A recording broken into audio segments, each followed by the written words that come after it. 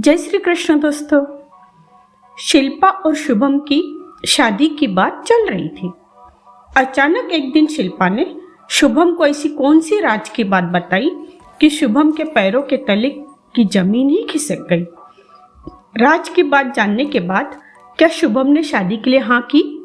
जानिए इस कहानी में। दोनों मन ही मन खुश हो रहे थे कि उन्हें जैसा हम सफर चाहिए था वैसा मिल रहा है।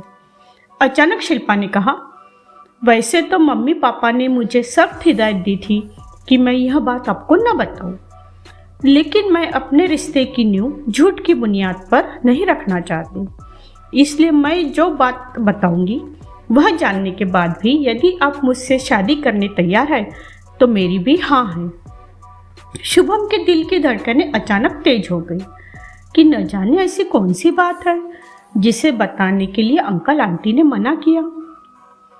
बताना तो चाहती हूँ, लेकिन कैसे बताऊँ समझ में नहीं आ रहा है। आप निसंकोच होकर बताइए। 4 साल पहले मेरे मामी जी हॉस्पिटल में भर्ती थे। मैं रात को 8 बजे टिफिन देकर हॉस्पिटल से लौट रही थी। रास्ते में एक सुनसान जगह पर मेरी स्कूटी खराब हो गई। मैं स्कूटी पकड़कर जा रही थी। अचानक 4 लड़कों ने मुझे घेर लिया। हालांकि मुझे जुड़े कराटे आते हैं, लेकिन कुछ ऐसा हुआ कि मैं अपना बचाव नहीं कर सकी और उन चारों ने मेरा सामूहिक बलात्कार करके सड़क किनारे फेंक दिया, जैसे कि मैं कोई इंसान हूँ ही नहीं। स्ट्रीट लाइट बंद होने से अंधेरे की वजह से मैं उन दरिंदों के चेहरे नहीं देख पाई थी, इसलिए हमने पुलिस में शिकायत तक नहीं की, क्योंकि मैं उन दरिंदों को पहचान ही नहीं सकती थी। कुछ दिन तक तो मैं पूरी तरह सदमे में थी। फिर मम्मी पापा के हौसले और प्यार से खुद को किसी तरह मैंने संभाला था। क्या ये सब जानने के बाद भी आप मुझसे शादी करने तैयार हैं? शुभम निरुत्तर हो जाता है। उसके मुंह से शब्द ही नहीं निकले। उसको कुछ न बोलते देखकर शिल्पा के मन को ठेस पहुंचती है। वो एकदम आपे से बाहर हो जाती है। अब नहीं करना चाहते ना आप मुझसे शादी? उन जानवरों ने मेरे साथ रेप किया, उसमें मेरी क्या गलती है? मेरा मतलब यह है कि उन लोगों के गलती की सजा आप मुझे क्यों दे रहे हैं?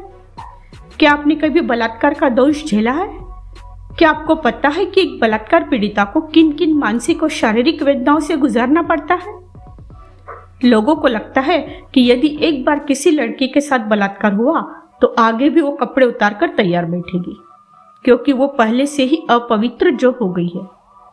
लेकिन वो लड़के जिन्होंने यह घृणित कार्य किया है वे पाक साफ होकर समाज में खुले आम घूमते रहते हैं। इतना सब सहने के बाद दोष दिया जाता है हमारे ड्रेसिंग सेंस को। लेकिन ऐसी घृणित मानसिकता वाले को कौन समझाएगा कि रेप तो उनका भी होता है जो साड़ी लपेटकर बाहर निकलती है। यदि आपकी माँ या बहन के साथ ऐसा होता तो क्या आप उनको स्वीकार नहीं करते?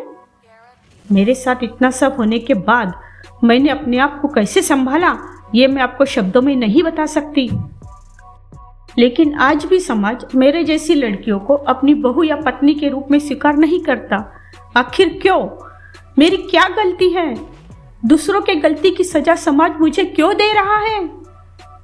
इतना कहकर गुस्से से तेजी से उठकर शिल्पा जाने लगी।